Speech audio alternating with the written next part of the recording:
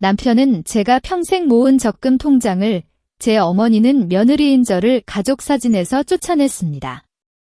30년을 바친 제 삶이 이렇게 허무하게 무너질 줄은 몰랐습니다.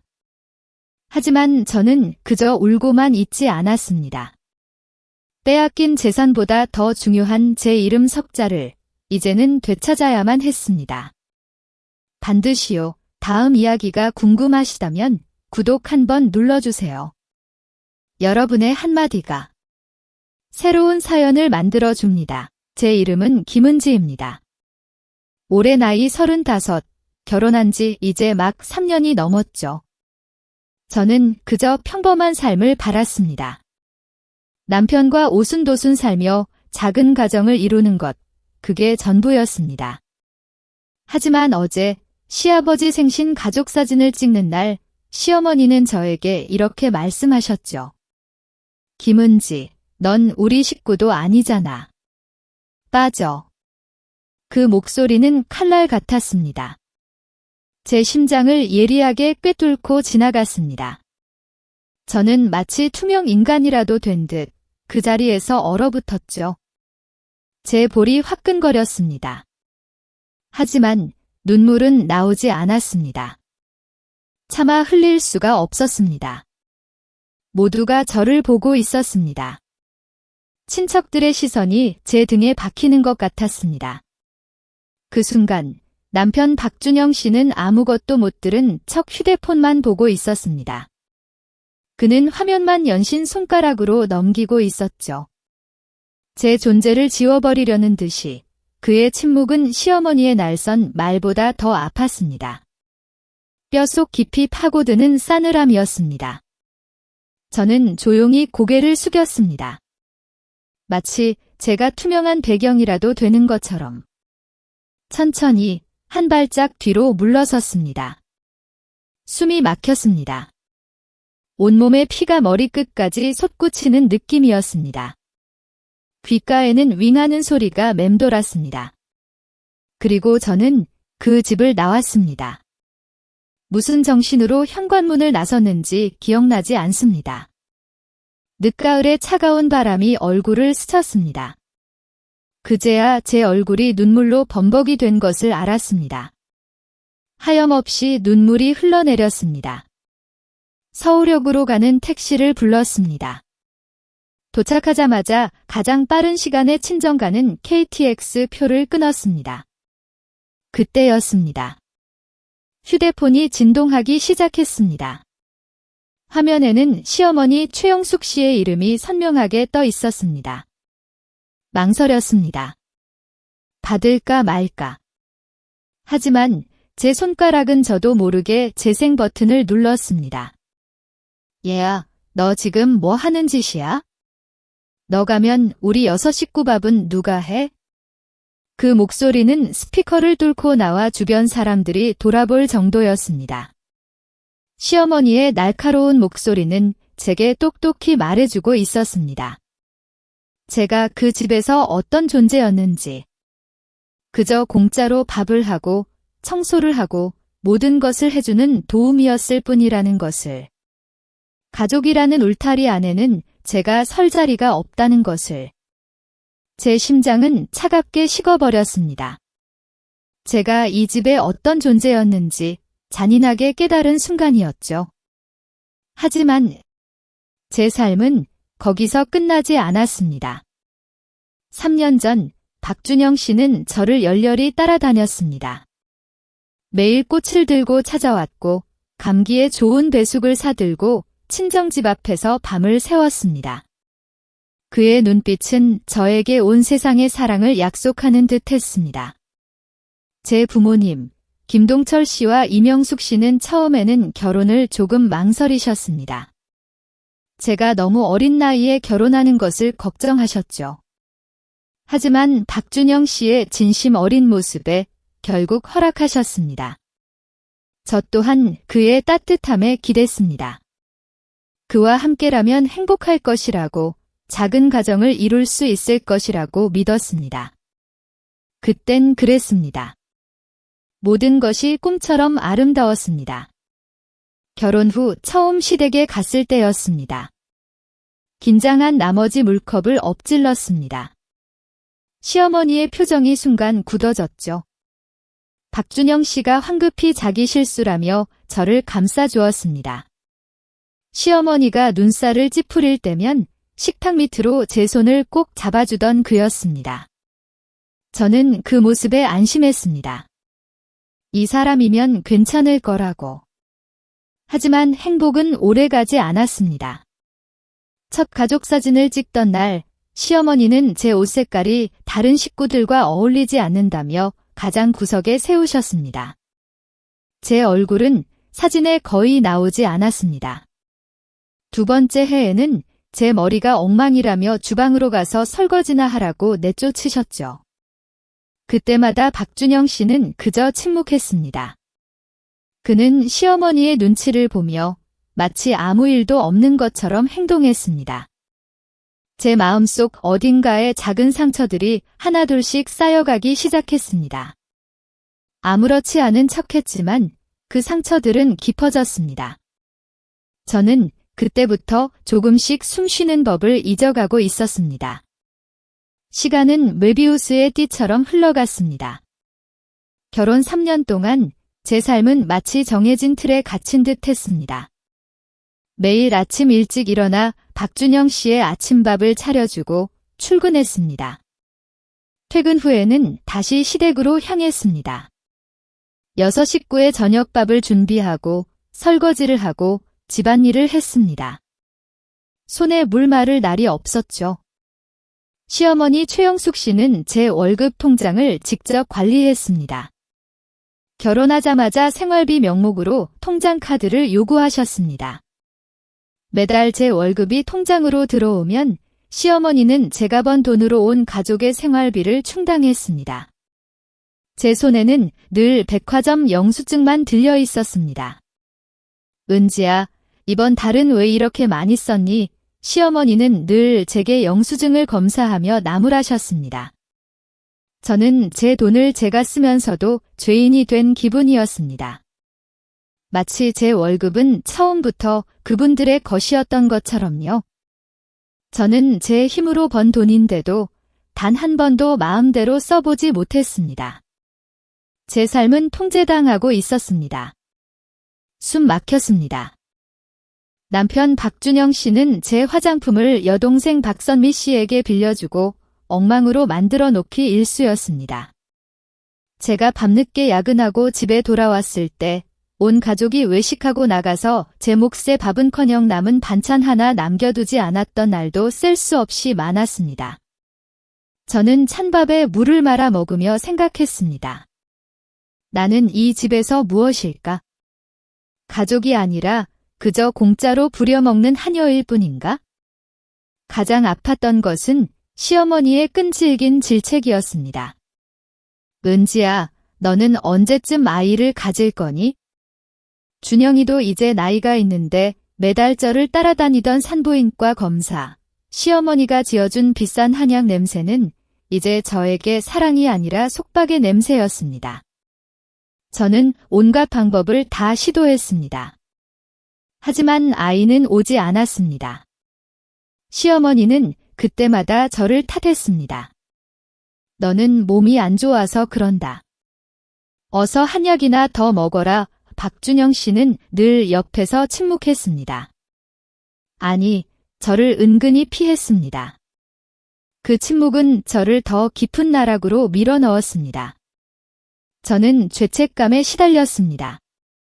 어쩌면 내가 정말 이 집안에 아이를 안겨줄 수 없는 존재인가. 지난달이었습니다. 급성장염으로 쓰러져 시립병원에 입원했습니다. 저는 너무 아파서 눈물조차 나오지 않았습니다. 그때 시어머니가 병실로 찾아오셨습니다. 하지만 그녀의 첫 마디는 아이고 머리야가 아니라 은지야, 이번 달 아파트 대출금은 어떡하지? 였습니다.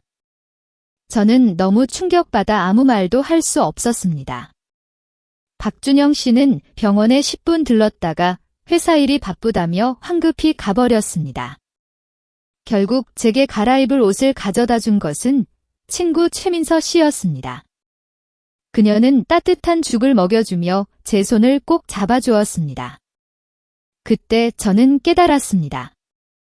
이곳에선 나는 아무것도 아니구나. 병실 침대에 누워 천장을 바라보았습니다. 희망은 메말라가고 있었습니다. 저는 그저 이곳에서 버티는 삶을 살고 있었습니다. 하지만 버텨야 했습니다. 무엇을 위해 버티는지는 저도 몰랐습니다. 그저 이대로 무너질 수는 없다는 막연한 생각뿐이었습니다. 그때였습니다. 제 손가락은 저도 모르게 휴대폰 뱅킹 앱을 열었습니다. 그리고 조용히 다른 은행에 새로운 계좌를 개설했습니다. 매달 아주 작은 비상금을 그곳에 모으기 시작했습니다. 아주 작은 씨앗이었습니다. 감춰진 반항의 씨앗. 친정집 현관문이 열렸을 때 엄마 이명숙 씨는 걸레를 들고 거실을 닦고 계셨습니다. 제가 나타나자 엄마 손에 들려있던 걸레가 쿵 하고 바닥에 떨어졌습니다. 물이 튀어 엄마의 천 슬리퍼를 적셨죠. 은지야, 내가 이 시간에 웬일이야? 엄마의 목소리가 떨렸습니다. 저는 입을 열었지만 목이 메어 소리가 나오지 않았습니다. 겨우 한마디를 뱉자마자 참았던 눈물이 툭 터지듯 쏟아져 내렸습니다. 엄마. 엄마는 허겁지겁 달려와 저를 꼭 안아주셨습니다. 익숙한 섬유 유연제 향기가 저를 감쌌습니다. 저는 길 잃은 아이처럼 한참을 목 놓아 울었습니다. 아빠 김동철 씨도 서재에서 뛰쳐나왔습니다. 안경이 한쪽으로 삐뚤어져 있었죠. 은지야, 대체 무슨 일이냐? 저는 고개만 저을 뿐 울음 때문에 말을 잇지 못했습니다. 엄마는 저를 소파에 앉히고 따뜻한 물 한 잔을 손에 쥐어주셨습니다. 두 손으로 컵을 감싸쥐고 손이 떨려 일렁이는 물결을 보며 겨우 마음을 진정시켰습니다. 그리고는 지난 3년간의 모든 이야기를 털어놓았습니다. 시어머니의 모욕, 박준영 씨의 외면, 제 월급 통장을 빼앗긴 것까지. 시어머니가 가족 사진 찍는데 제가 남이라고 못 찍게 했어요. 박준영 씨는 못 들은 척했고요. 아빠의 얼굴이 순식간에 붉게 달아올랐습니다. 아빠는 주먹으로 탁자를 콱 내리쳤죠. 괘씸한 놈들. 밥은 먹었니? 엄마가 제 머리를 쓰다듬으며 물었습니다. 엄마의 눈시울도 붉어져 있었습니다. 엄마가 국수라도 한 그릇 끓여줄게. 그제야 점심도 굶었다는 사실이 떠올랐습니다. 속이 쓰렸지만 입맛은 전혀 없었습니다. 그때였습니다. 초인종이 울렸습니다. 우리 셋은 동시에 현관문을 쳐다봤습니다. 아빠가 성큼 걸어가 문을 활짝 열었습니다. 아버님 우문 앞에서 박준영 씨의 목소리가 들렸습니다. 은지 여기 있죠? 데리러 왔습니다. 아빠는 문을 막아선 채 움직이지 않았습니다. 데려가? 어딜 데려가? 너희 집에서는 우리 딸을 남 취급한다며? 박준영 씨가 억지로 비집고 들어오려 했습니다. 아버님, 그러지 마세요. 그냥 작은 오해입니다. 아빠의 목소리는 낮았지만 한 글자 한 글자가 칼날 같았습니다. 비켜라. 내 딸이 이렇게 울고 돌아왔는데 작은 오해라고. 박준영 씨가 거실로 들어와 퉁퉁 부은 제 눈을 보고는 표정이 순간 굳어졌습니다. 그는 제가 작년에 사준 짙은 회색 코트를 입고 있었습니다. 몸에서는 시어머니가 즐겨 쓰는 향수 냄새가 났습니다. 은지야, 그가 다가와 제 손을 잡으려 했습니다. 그만하고 집에 가자. 저는 그의 손을 피했습니다. 그만해. 어머니는 원래 그런 성격인 거 너도 알잖아. 가족사진 그거 하나 가지고 뭘 그렇게까지 해. 박준영 씨는 철없는 아이를 달래듯 한숨을 쉬었습니다. 저는 그를 몇 초간 빤히 쳐다보다가 헛웃음이 터져 나왔습니다. 박준영 씨, 결혼 3년 동안 내가 당신 집에서 가족사진 제대로 찍어본 적 있어? 첫 해에는 내 옷 색깔이 안 어울린다고 제일 구석에 세워서 얼굴도 안 나왔고, 두 번째 해에는 머리가 엉망이라고 주방에 가서 뭐 좀 보라고 내쫓았지. 올해는 아예 대놓고 남이라고 하네. 박준영 씨가 미간을 찌푸렸습니다. 그런 사소한 걸 다 기억하고 있었어? 사소한 거, 저는 벌떡 일어섰습니다. 찻잔을 탁자에 쾅 내려놓았죠. 당신 어머니 생신 때는 내가 3일 내내 음식 준비하고 우리 아빠 생신 때는 케이크 한 조각 없었어. 당신 동생 박선미 씨가 회 먹고 싶다는 말 한마디에 내가 야근하고 밤 9시에 수산시장 달려간 건 기억나? 박준영 씨의 얼굴색이 변했습니다. 은지야, 진정해. 나 아주 멀쩡해. 제 목소리는 놀랍도록 침착했습니다. 박준영 씨, 선택지는 두 개야. 우리 둘이 분가해서 살든가 아니면 이혼하든가. 이거 실은 쥐 죽은 듯 조용해졌습니다. 엄마는 숨을 들이켰고 아빠는 허리를 꼿꼿이 폈습니다. 박준영 씨는 처음 보는 사람처럼 저를 쳐다봤습니다. 너 미쳤어. 사진 한 장 때문에 이혼을 하자고? 사진 때문이 아니야. 저는 고개를 저었습니다. 지난 3년 매일매일 당신 가족들이 나를 가사 도우미 취급하고 남 취급하고 아랫사람 취급했던 것 때문이야. 우리 가족 박준영 씨가 콧방귀를 뀌었습니다. 김은지, 까먹었어. 이 신혼집 누가 사줬는지. 내 남동생 취직은 누가 알아봐 줬는데? 이제 와서 머리 좀 컸다고 이러는 거야? 아빠가 제 앞으로 나서며 말했습니다. 박서방, 말 조심하게. 아버님, 저희 부부 일에 끼어들지 마세요. 박준영 씨는 다시 저를 보며 부드러운 말투로 말했습니다. 은지야, 나랑 집에 가자. 이 일은 없던 걸로 할게. 안 돌아가. 저는 그의 눈을 똑바로 쳐다봤습니다. 분가하겠다고 약속하기 전까지는 박준영 씨의 얼굴이 제빛으로 변했습니다. 불가능해. 엄마 몸도 안 좋으셔서 누가 돌봐드려야 한다고. 그럼 이혼해. 저는 담담하게 말했습니다. 박준영 씨는 갑자기 폭발했습니다. 그는 탁자 위에 과일 바구니를 손으로 쓸어버렸죠. 사과와 귤이 바닥을 굴렀고 유리 바구니는 산산조각 났습니다. 김은지, 적당히 해라. 그는 제 코앞에 손가락질하며 소리쳤습니다. 나랑 이혼하면 내가 뭐가 될 것 같아? 누가 이혼녀를 데려가 준대? 아빠가 박준영 씨의 멱살을 잡았습니다. 당장 꺼져. 박준영 씨는 아빠의 손을 뿌리치고 옷깃을 정리했습니다. 좋아. 아주 좋아. 김은지, 후회하지 마. 그는 문을 박차고 나갔고 그 충격에 벽에 걸려있던 달력마저 떨어졌습니다. 저는 소파에 주저앉아 온몸을 떨었습니다. 엄마가 제 어깨를 감싸 안으며 나지막이 말했습니다. 괜찮아. 엄마, 아빠가 있잖아. 아빠는 떨어진 달력을 주워들고 한참을 침묵하더니 불쑥 말했습니다. 이혼해라. 그런 집안, 더는 안 돼. 저는 아빠를 쳐다봤습니다. 아빠의 눈에는 지금껏 본 적 없는 단호함이 서려 있었습니다. 깊은 밤, 저는 어릴 적부터 쓰던 침대에 누워 천장에 붙은 야광 별 스티커를 바라봤습니다.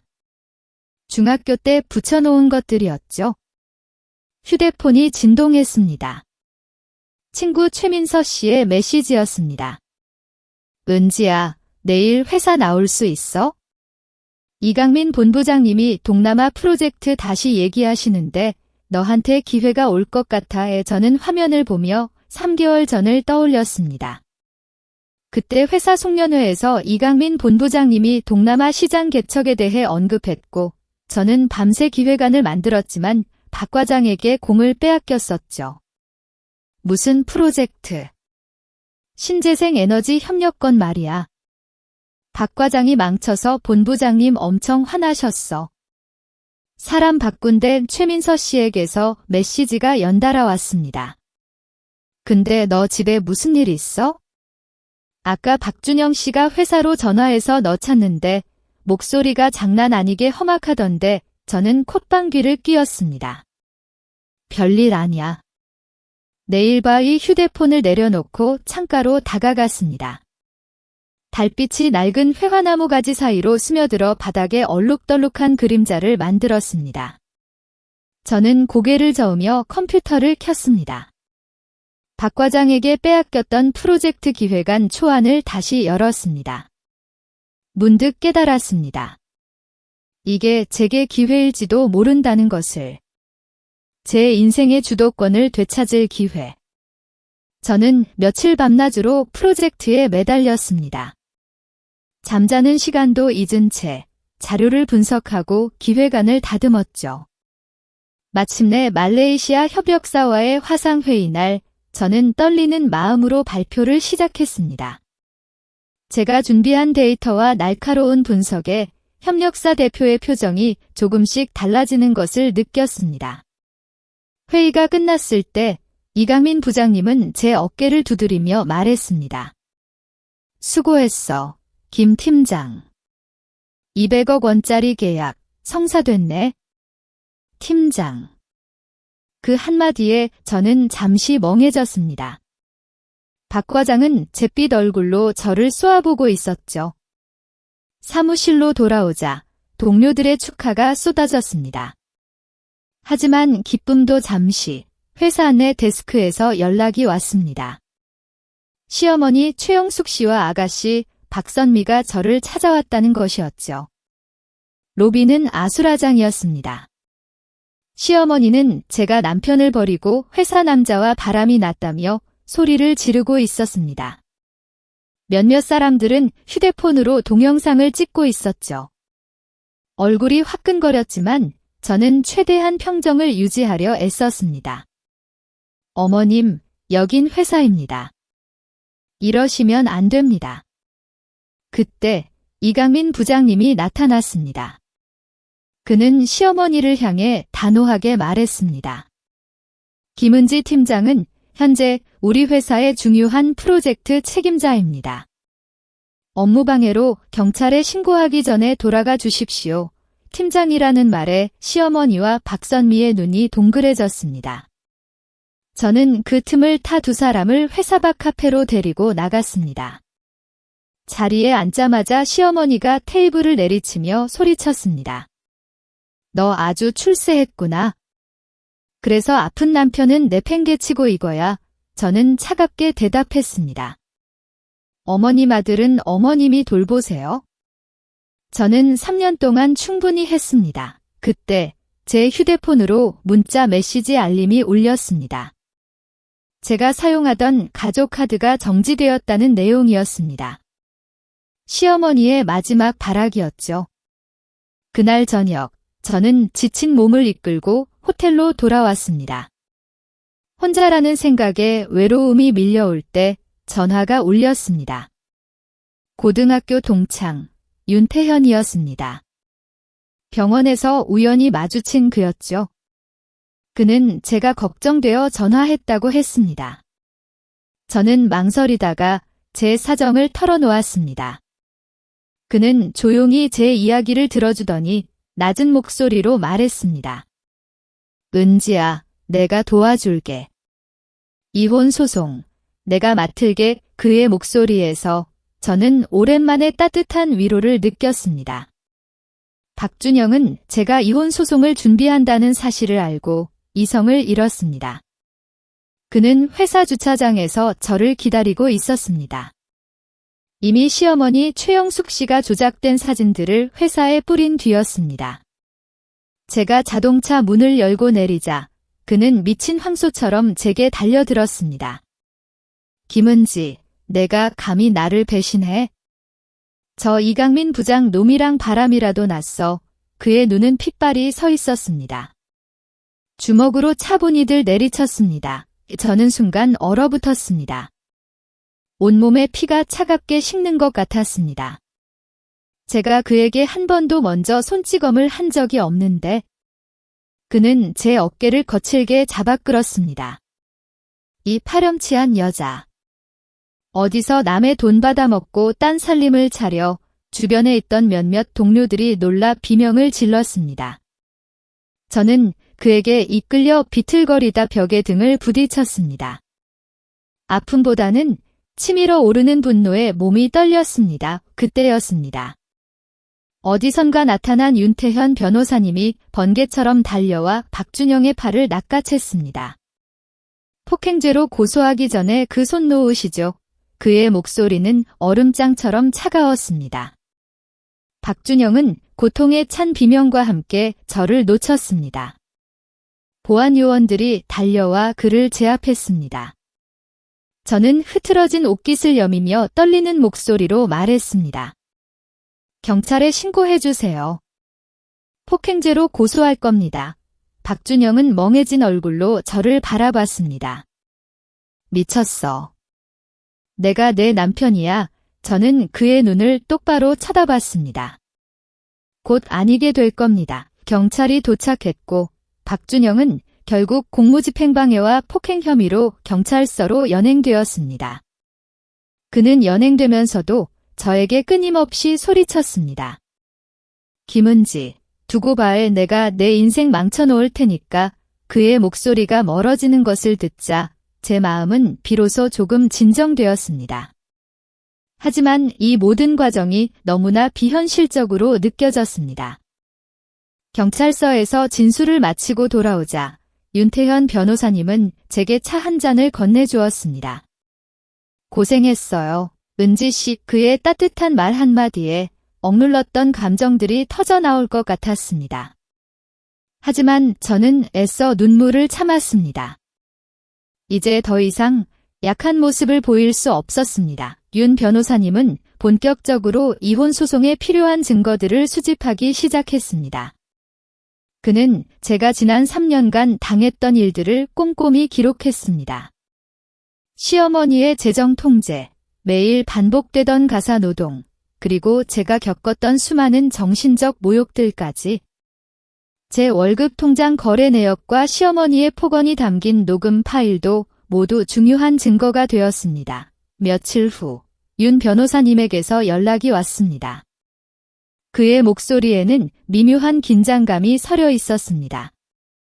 은지 씨, 병원 기록에서 충격적인 사실을 발견했습니다. 제 심장이 쿵 하고 내려앉았습니다. 박준영 씨, 3년 전에 불임 진단을 받았어요. 정자 활동성이 거의 0에 가깝다고 나옵니다. 그 말을 듣는 순간 제 머릿속이 윙 하고 울렸습니다. 불임. 그가 불임이라고요? 그럼 지난 3년간 제가 들었던 모든 비난은 무엇이었을까요? 아이를 못 낳는 암탈기라며 저에게 억지로 한약을 먹이던 시어머니의 모습이 떠올랐습니다.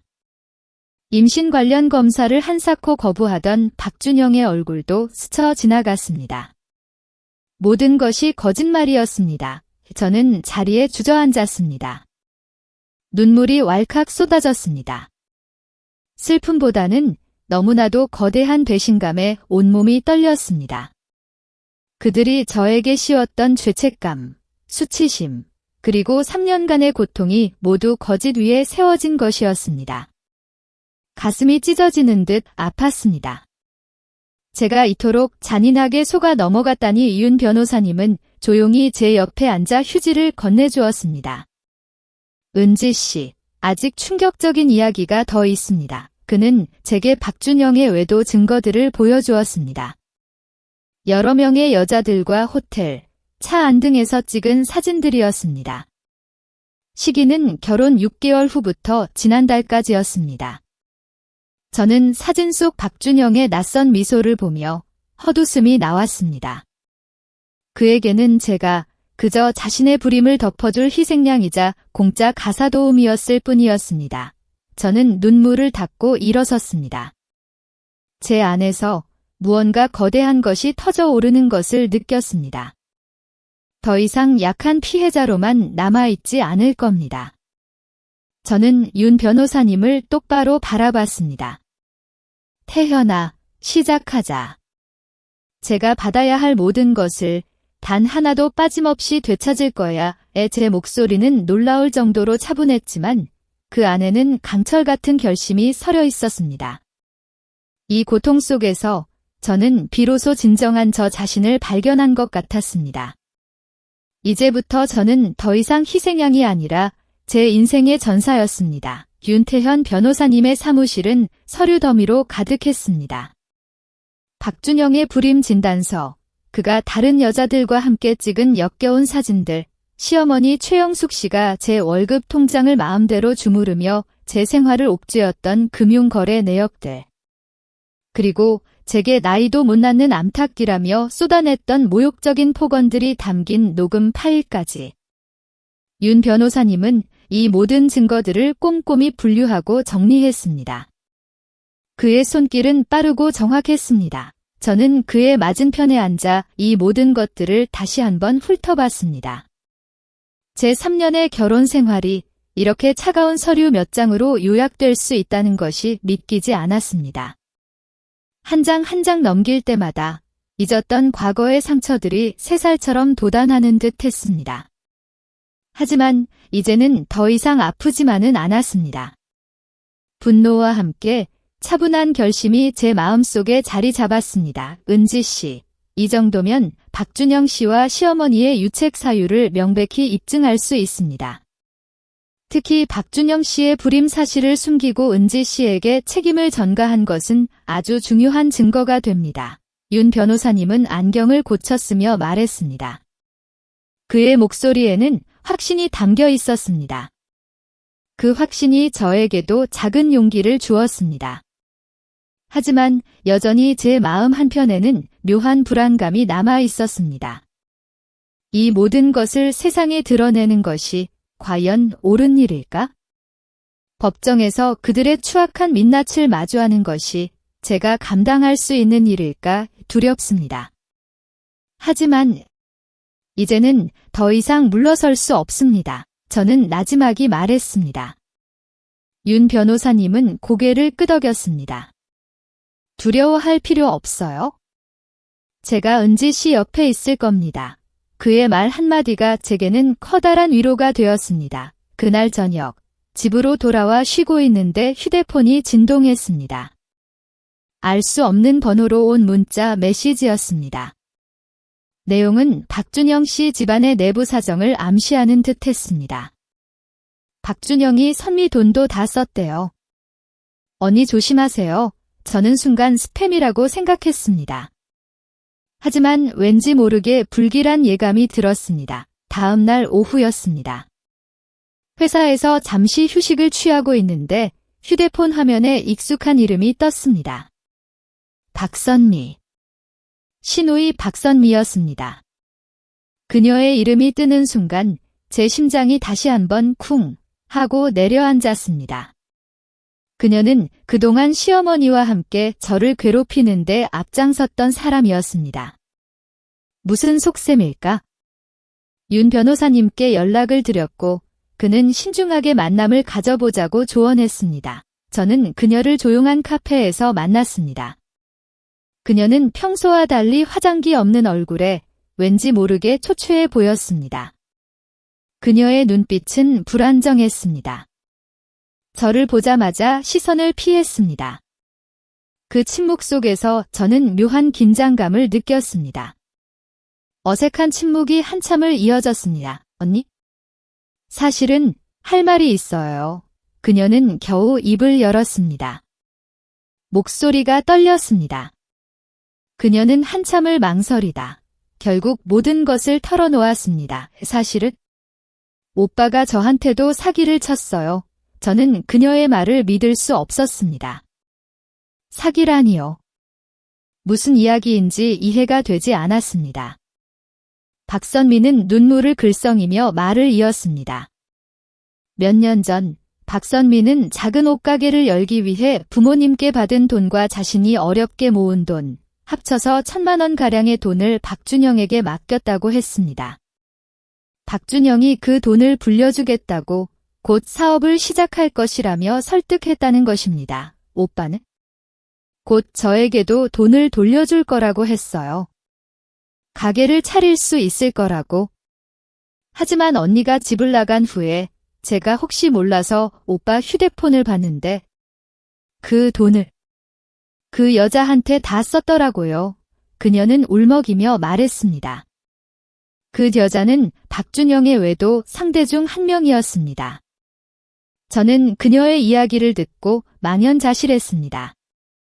박준영이 저에게 한 짓은 물론이고 심지어 자신의 친동생에게까지 돈을 가로채 외도에 사용했다니.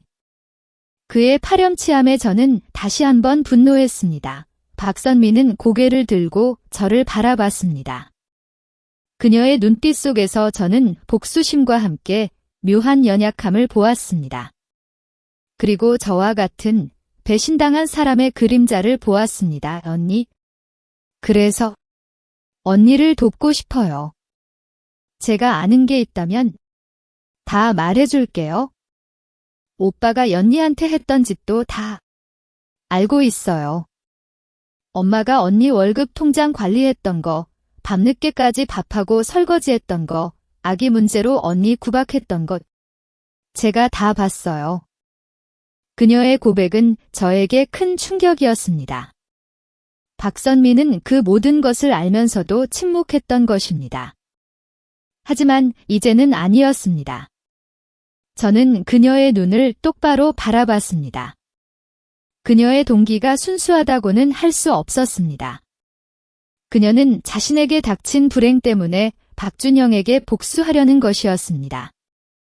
하지만 그 복수심이 지금 저에게는 필요한 칼날이 될 수 있었습니다. 저는 잠시 생각했습니다. 이 관계가 저에게 득이 될지 실이 될지 알 수 없었습니다. 하지만 지금 제게 필요한 것은 모든 패를 쥐는 것이었습니다.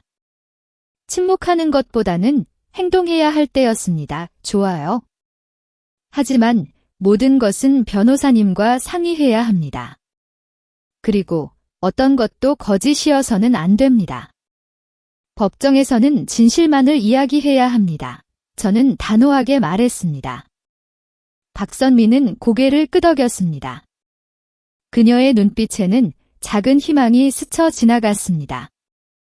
저는 곧바로 윤 변호사님께 연락하여 박선미와의 만남에 대해 이야기했습니다.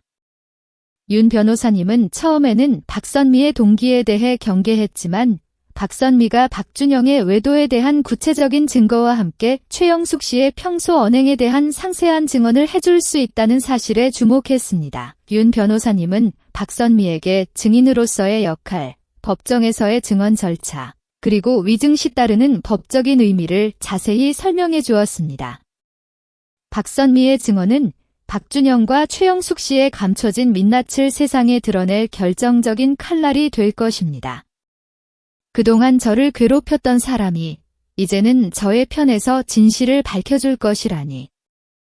참으로 아이러니한 운명이었습니다. 저는 조용히 주먹을 쥐었습니다. 길고 지루했던 싸움이 이제 정말 시작될 참이었습니다. 저는 더 이상 혼자가 아니었습니다. 마침내 재판날이 밝았습니다. 서울가정법원 앞은 이미 기자들로 북적였습니다. 박준영과 최영숙 씨가 그들 가운데서 저를 기다리고 있었죠. 최영숙 씨는 저를 보자마자 고함을 질렀습니다. 저 파렴치한 며느리 좀 보게. 남편을 버리고? 세상에 이런 일이 어디 있나. 기자들의 플래시가 번쩍였습니다. 윤태현 변호사님은 제 앞을 막아섰습니다. 기자 여러분, 허위사실 유포는 명예훼손입니다. 그의 목소리는 차분했지만 단호했습니다. 법정 안은 엄숙한 침묵이 흘렀습니다. 박준영은 낯선 변호사와 함께 피고석에 앉아 있었고 최영숙 씨는 방청석 맨 앞줄에서 저를 노려보고 있었습니다. 심장이 쿵쿵 하고 크게 울렸습니다. 하지만 저는 애써 평정을 유지했습니다. 윤태현 변호사님이 먼저 진술을 시작했습니다. 그는 먼저 박준영이 회사에서 저를 폭행하는 폐쇄회로 텔레비전 영상을 제출했습니다. 화면 속 박준영의 분노에 찬 얼굴과 제 일그러진 모습이 법정 안에 그대로 올렸습니다. 다음은 최영숙 씨의 폭언 녹음 파일이었습니다. 제 월급 통장을 빼앗고 아이를 낳지 못한다고 모욕하던 날카로운 목소리가 법정 안에 퍼졌습니다. 최영숙 씨의 얼굴은 불그락푸르락해졌습니다. 그리고 윤 변호사님이 결정적인 증거를 꺼내 들었습니다. 박준영의 불임 진단서였습니다. 피고 박준영 씨는 3년 전 이미 불임 진단을 받았습니다. 하지만 이 사실을 숨기고 원고에게 그 책임을 전가하며 정신적인 고통을 주었습니다. 그 순간 박준영은 벌떡 일어섰습니다. 거짓말이야. 저건 가짜야. 하지만 판사님은 단호하게 경고했습니다. 피고, 자리에 앉으십시오. 법정 질서를 어지럽히지 마십시오. 박준영의 불임 진단서가 화면에 뜨자 법정 안은 술렁거렸습니다. 최영숙 씨의 얼굴은 잿빛으로 변했습니다. 다음은 박준영의 외도 사진들이었습니다. 여러 명의 여자들과 호텔, 심지어 차 안에서 찍은 사진들이 화면을 채웠습니다. 박준영은 고개를 숙였습니다. 마침내 증인 신문 시간이었습니다. 법정 뒷문이 열리고 박선미가 들어섰습니다. 그녀는 오늘 화장기 없는 얼굴에 평범한 옷차림이었습니다. 박준영과 최영숙 씨는 동시에 눈을 동그랗게 떴습니다. 선미야, 내가 왜? 박선미는 그들의 시선을 피한 채 증인석에 앉았습니다. 그녀는 작은 목소리로 말했습니다. 제가 하는 말은 모두 사실임을 맹세합니다. 그녀는 시어머니와 오빠가 어떻게 저를 괴롭혔는지, 그리고 박준영이 불임 사실을 숨긴 채 제게 책임을 전가했는지, 심지어는 자신의 돈까지 가로챘는지를 상세하게 증언했습니다. 박준영은 증인석으로 달려들려다 법원 직원에게 제지당했습니다. 최영숙 씨는 방청석에서 비명을 지르다 결국 법원 직원에게 끌려나갔습니다. 저는 마지막으로 판사님께 진술했습니다. 존경하는 재판장님. 저는 박준영 씨의 재산에 욕심이 없습니다. 다만 저희 부모님이 보태주신 집값, 제가 번 돈, 그리고 이 가정을 위해 바친 제 3년의 세월에 대한 정당한 보상을 원합니다. 이 결혼은 처음부터 거짓 위에 세워진 것이었습니다. 판사님은 깊은 생각에 잠긴 표정이었습니다. 그리고 마침내 판사님은 법봉을 두드렸습니다. 원고 김은지와 피고 박준영은 이혼한다. 재산 분할에 관해서는 추후 논의를 거쳐 선고하겠다.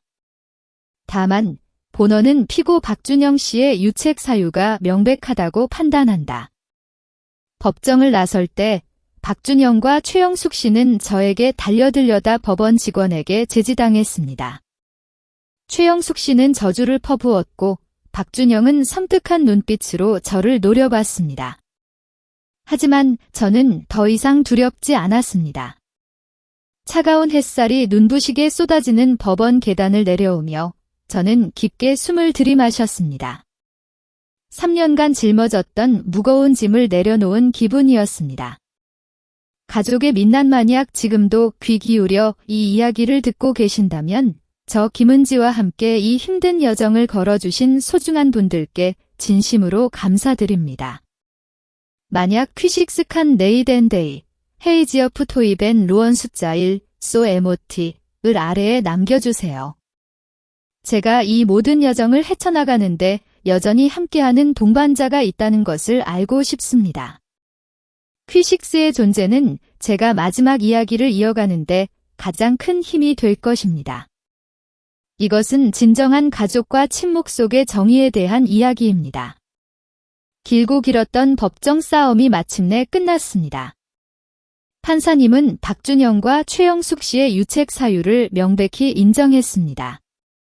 법원의 최종 판결문은 제게 말로 표현할 수 없는 해방감을 안겨주었습니다. 윤태현 변호사님은 제게 재산 분할에 대한 상세한 내용을 알려주었습니다. 저희 부모님 김동철 씨와 이명숙 씨가 결혼 당시 보태주셨던 아파트 매입금에 대한 지분, 그리고 제가 결혼 기간 동안 어렵게 모았던 월급 통장의 잔액은 전액 저에게 돌아왔습니다.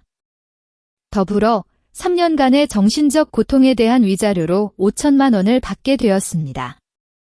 저는 그 모든 것을 받을 자격이 충분하다고 느꼈습니다. 물론 제가 기존에 살던 아파트는 제 명의로 하게 되었지만 박준영에게 그 집값 상승분의 일부를 보상해 주어야 했습니다. 하지만 그건 아무것도 아니었습니다. 제가 진정으로 원했던 것은 돈이 아니라 제 삶과 짓밟혔던 존엄을 되찾는 것이었으니까요. 판결문이 확정되자마자 회사에서는 제게 동남아 시장 총괄 부장이라는 새로운 직책을 제안했습니다. 이강민 부장님은 저를 사무실로 부르셨습니다. 김은지 팀장, 회사는 김 팀장의 능력을 높이 평가하고 있습니다. 이번 기회에 동남아 시장을 본격적으로 개척하고자 합니다.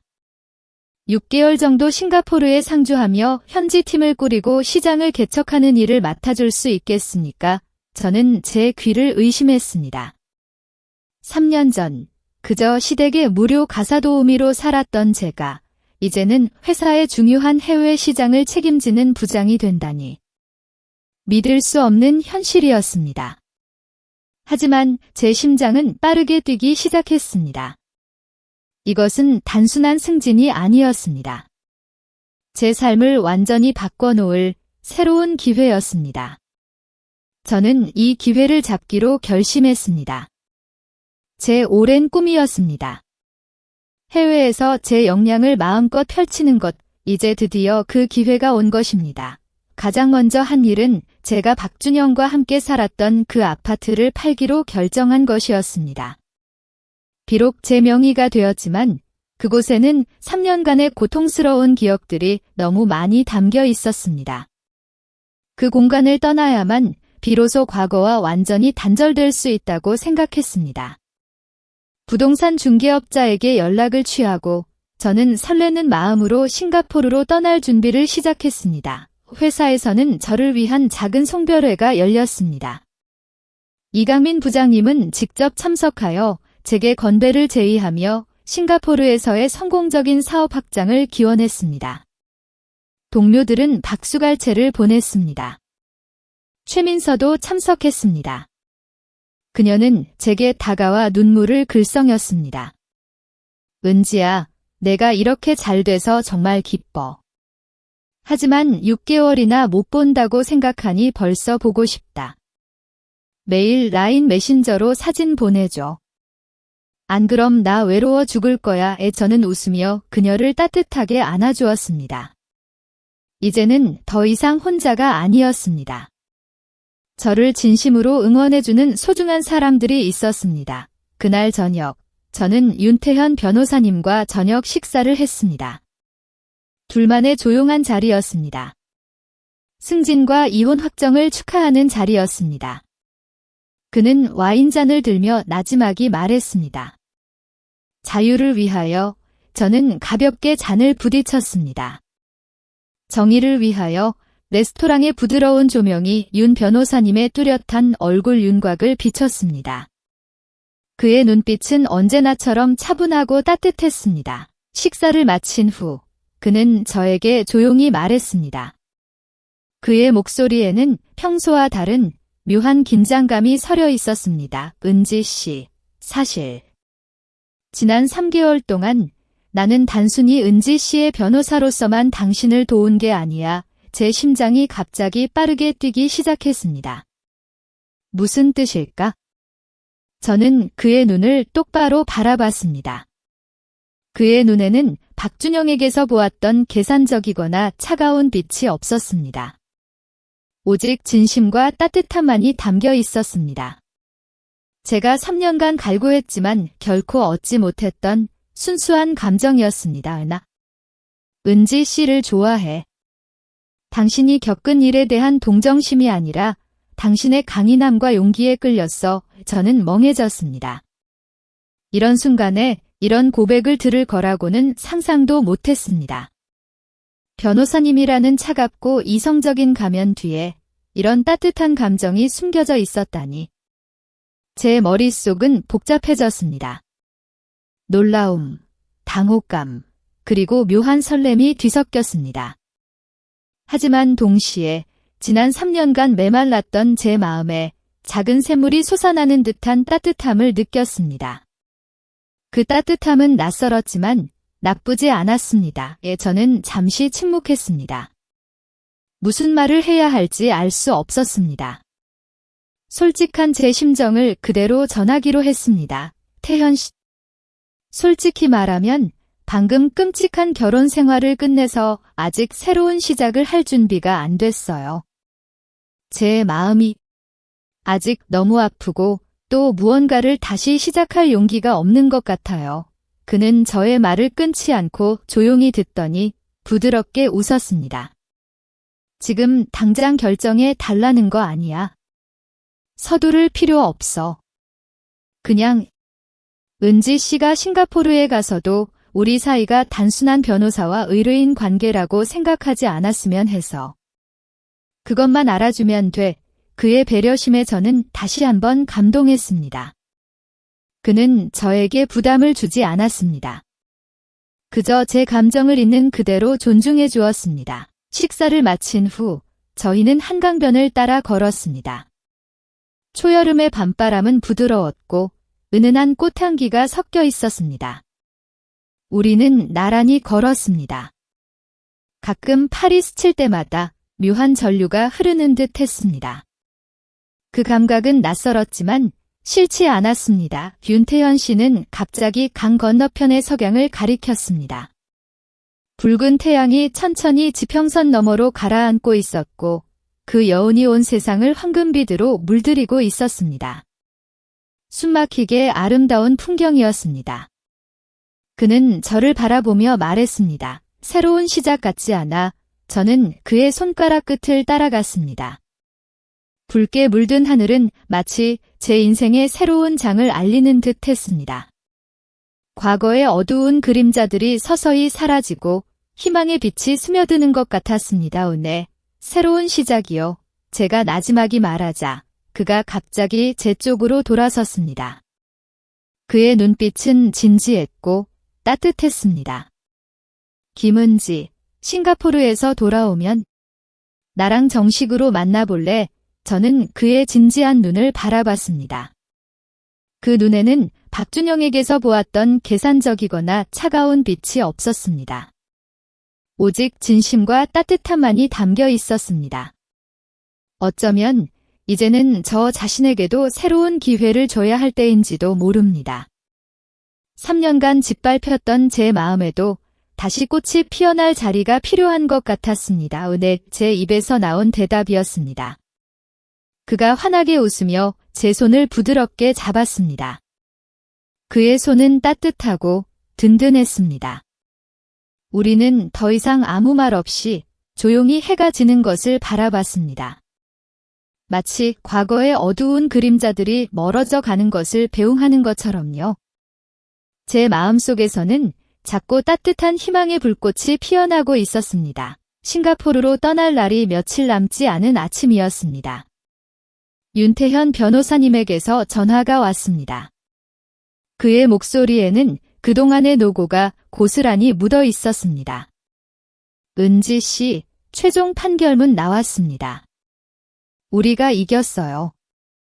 모든 것이 은지 씨에게 유리하게 결정되었습니다. 저는 휴대폰을 쥔 손에 힘을 주었습니다. 그동안 팽팽하게 당겨져 있던 끈이 마침내 툭 하고 끊어지는 것 같았습니다. 오랫동안 억눌려 있던 숨을 길게 내쉬었습니다. 길고 길었던 터널의 끝에서 마침내 빛을 보는 순간이었습니다. 윤 변호사님은 차분하게 판결 내용을 설명했습니다. 제가 박준영과 함께 살았던 아파트의 소유권은 제게 넘어왔습니다. 물론 박준영에게 그 집값 상승분의 일부를 보상해 주어야 했지만 그것은 제가 마땅히 받아야 할 권리였습니다. 결혼 기간 동안 최영숙 씨가 관리했던 제 월급 통장의 잔액은 전액 반환되었고 정신적 고통에 대한 위자료로 5천만 원을 받게 되었습니다. 불임 사실을 숨기고 저에게 책임을 전가했던 박준영의 유책 사유가 명백히 인정된 결과였습니다. 저는 고개를 끄덕였습니다. 지난 3년간의 고통이 이렇게 차가운 법률 문서로 마무리되는 것이었습니다. 돈이 중요한 것은 아니었습니다. 중요한 것은 제 삶과 존엄을 되찾았다는 사실이었습니다. 판결문을 받아든 후 저는 박준영과 함께 살았던 그 아파트로 향했습니다. 별거 후 처음으로 그곳을 찾는 길이었습니다.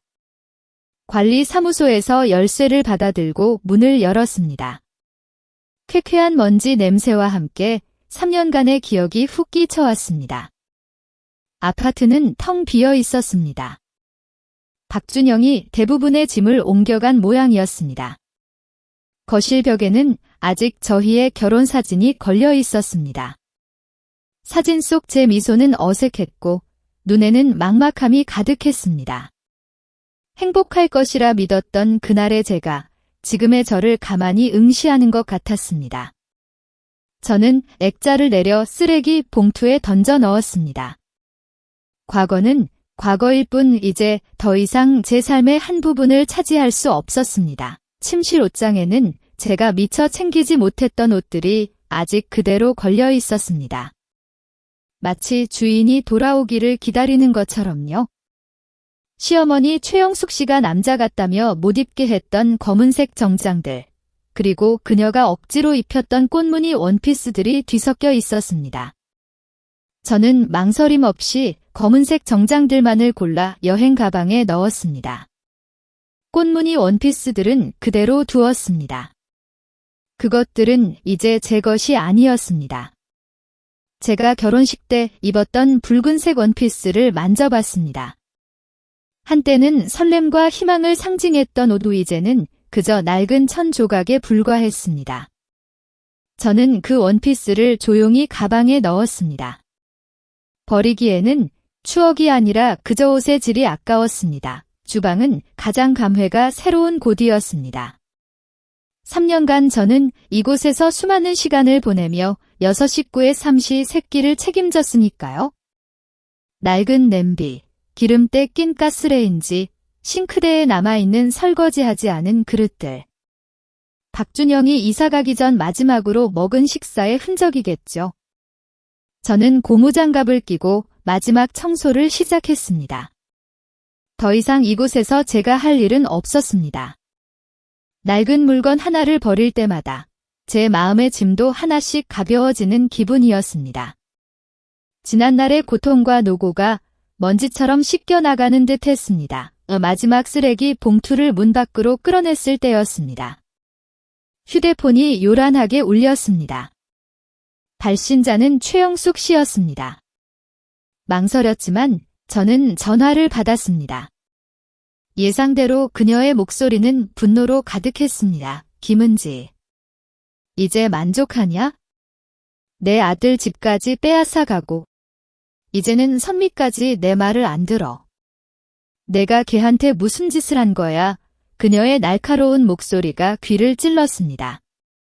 저는 휴대폰을 귀에서 조금 뗐습니다.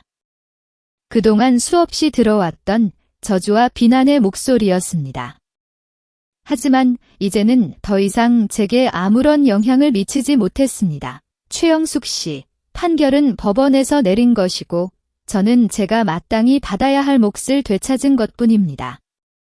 박준영 씨가 저지른 잘못에 대한 대가를 치르는 것입니다. 그리고 박선미 씨가 왜 그런 결정을 했는지 저에게 묻지 마시고 본인 스스로 돌아보세요. 제 목소리는 놀라울 정도로 차분했습니다. 그녀는 제 말을 믿을 수 없다는 듯 숨을 헐떡였습니다. 너 두고 봐해. 내 아들이 이미 변호사 선임해서 항소했어. 그 집 너 절대로 못 가져. 그녀의 목소리에서는 절박함과 분노가 뒤섞여 있었습니다. 마음대로 하세요. 항소는 당신들의 권리니까요. 하지만 법원에서는 이미 박준영 씨를 유책 배우자로 명확히 판단했습니다.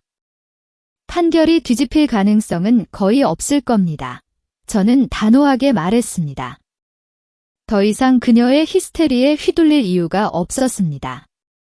그리고 다시는 저에게 전화하지 마세요. 그러지 않으면 최영숙 씨께도 접근 금지 명령을 신청할 겁니다. 그리고 망설임 없이 전화를 끊고 그 번호를 차단 목록에 추가했습니다.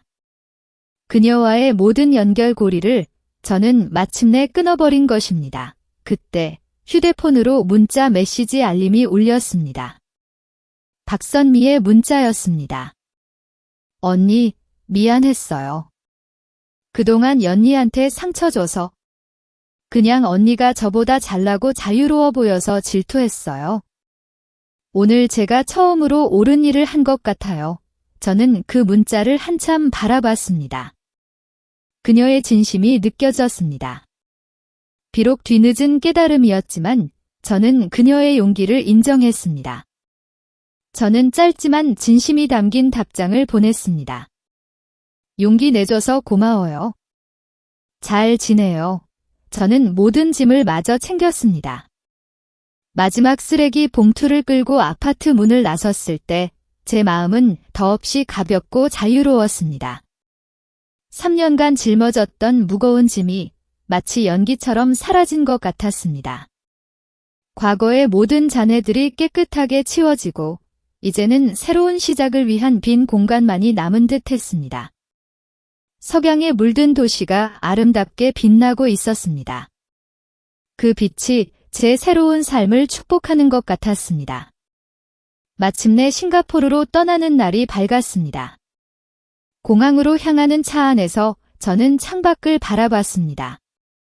스쳐 지나가는 풍경들은 마치 제 삶의 과거처럼 빠르게 멀어지고 있었습니다. 라디오에서는 경쾌한 음악이 흘러나왔고 따스한 햇살이 차창을 통해 쏟아져 들어왔습니다. 제 마음은 더없이 평온했습니다. 공항에 도착하자 윤태현 씨가 저를 기다리고 있었습니다. 그는 짙은 감색 정장을 단정하게 차려입고 있었습니다. 그의 얼굴에는 아쉬움과 함께 저를 향한 깊은 신뢰가 담겨 있었습니다. 체크인 카운터 앞에서 윤태현 씨는 제 손을 꼭 잡았습니다. 도착하면 꼭 연락해. 비행 조심하고. 그의 목소리에는 걱정과 애정이 섞여 있었습니다. 알았어요. 윤 변호사님, 저는 웃으며 고개를 끄덕였습니다. 언제부터 이렇게 잔소리가 많아졌어요? 그가 피식 웃었습니다. 그리고는 갑자기 진지한 눈빛으로 저를 바라봤습니다. 김은지, 나 진심이야. 6개월 동안 자주 싱가포르 갈게. 그의 눈 속에서 저는 흔들림 없는 확신을 보았습니다. 그는 저의 새로운 시작을 진심으로 응원하고 있었습니다.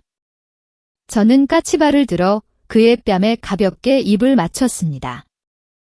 그의 뺨은 따뜻했습니다. 기다릴게요. 제 입술에서 나온 그 짧은 한마디에 우리 사이의 모든 약속이 담겨 있는 것 같았습니다. 보안 검색대를 통과하며 뒤를 한번 돌아봤습니다. 윤태현 씨는 아직 그 자리에서 있었습니다. 키 크고 듬직한 모습이 인파 속에서도 유난히 눈에 띄었습니다. 그는 저를 향해 손을 흔들었고 입가에는 부드러운 미소가 걸려 있었습니다. 그의 모습이 점점 작아지는 것을 보며 제 마음속에 작고 따뜻한 불꽃이 피어나는 것을 느꼈습니다. 탑승구 앞에는 이미 긴 줄이 이어져 있었습니다. 저는 줄을 서서 잠시 눈을 감았습니다.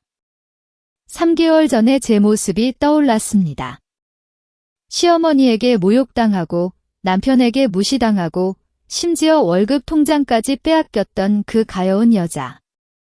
그 여자에게서 지금의 제가 되기까지 얼마나 많은 눈물과 침묵의 밤을 보냈던가. 그때의 저는 그저 살아가는 것이 버거운 이름 없는 며느리에 불과했습니다. 제 삶의 방향조차 스스로 결정할 수 없었던 사람이었습니다. 하지만 지금의 저는 달랐습니다. 저는 김은지였습니다. 제 이름 석자를 당당하게 말할 수 있는 사람. 저는 회사의 중요한 프로젝트를 이끌고 새로운 시장을 개척할 수 있는 능력을 가진 사람이었습니다. 저에게는 제 삶을 온전히 지지해주는 소중한 사람들이 있었고, 심지어 새로운 사랑이 시작될 가능성까지 있었습니다. 지난날의 고통은 저를 무너뜨리지 못했습니다. 오히려 저를 더 단단하고 지혜로운 사람으로 만들었습니다. 휴대폰이 진동했습니다. 박선미의 문자였습니다. 잘 가요, 언니. 미안했고 또 고마웠어요.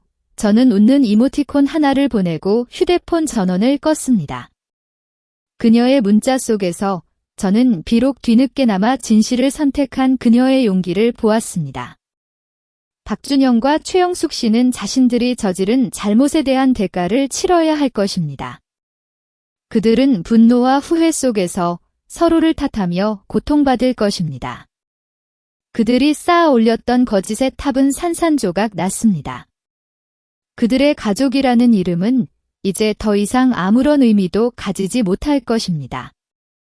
그것이 바로 그들이 택했던 이기심의 결과였습니다. 비행기는 곧 이륙할 것이고 저의 새로운 삶이 저를 기다리고 있었습니다. 저는 창밖을 바라봤습니다. 구름 한 점 없이 맑은 하늘이 끝없이 펼쳐져 있었습니다. 이 드넓은 세상 속에서 저는 이제 그 누구에게도 얽매이지 않을 것입니다. 제 인생의 조종관은 오롯이 제가 쥐게 될 것입니다. 이번 여정에서 저는 몇 가지 값진 교훈을 얻었습니다. 첫째, 부모님의 사랑이라는 이름 아래 자행되는 맹목적인 희생과 통제는 결국 사랑하는 자녀를 나약하게 만들고 가족이라는 울타리를 허무는 독이 될 수 있다는 것을 깨달았습니다. 최영숙 씨는 박준영에 대한 집착과 통제로 그를 미성숙하고 이기적인 사람으로 만들었고 결국 자신의 가족을 파탄으로 이끌었습니다. 진정한 가족은 서로를 이해하고 존중하며 각자의 삶을 응원해줄 때 비로소 굳건해진다는 것을 알았습니다. 둘째, 자녀로서 부모님의 사랑과 희생을 당연하게 여기고 이기적인 마음으로 대가를 지불하지 않는다면 결국 가장 소중한 것들을 잃게 된다는 사실을 박준영을 통해 배웠습니다. 그는 저와 부모님의 사랑을 이용했고 그 결과 모든 것을 잃었습니다. 부모님의 사랑은 조건 없는 것이지만 자녀의 책임과 감사는 결코 잊어서는 안 되는 것이었습니다. 셋째, 현대사회에서 인간의 본성이 공정함과 복수심이라는 두 가지 얼굴을 가질 수 있다는 것을 경험했습니다. 저는 오랫동안 침묵했습니다. 그것이 미덕이라 믿었습니다. 하지만 침묵은 때로는 더 큰 불의를 낳을 수 있다는 것을 깨달았습니다. 제 친정 부모님의 조건 없는 사랑과 윤태현 씨의 지혜로운 도움은 제게 큰 힘이 되었습니다. 하지만 궁극적으로 제가 스스로 일어서고 행동해야만 했습니다. 때로는 냉철하고 지혜로운 대처가 가장 고통스럽지만 가장 강력한 도덕적인 깨달음을 줄 수 있다는 것을 깨달았습니다. 저의 선의가 존중받지 못했을 때, 저의 침묵이 오히려 그들에게 폭력을 행사할 빌미를 주었을 때, 저는 더 이상 물러서지 않았습니다. 저의 정의로운 복수는 단순히 개인적인 감정의 해소가 아니라 저의 존엄과 가치를 되찾고 그들에게 그들의 잘못을 직면하게 하는 과정이었습니다. 비행기가 활주로를 힘차게 달리기 시작했습니다.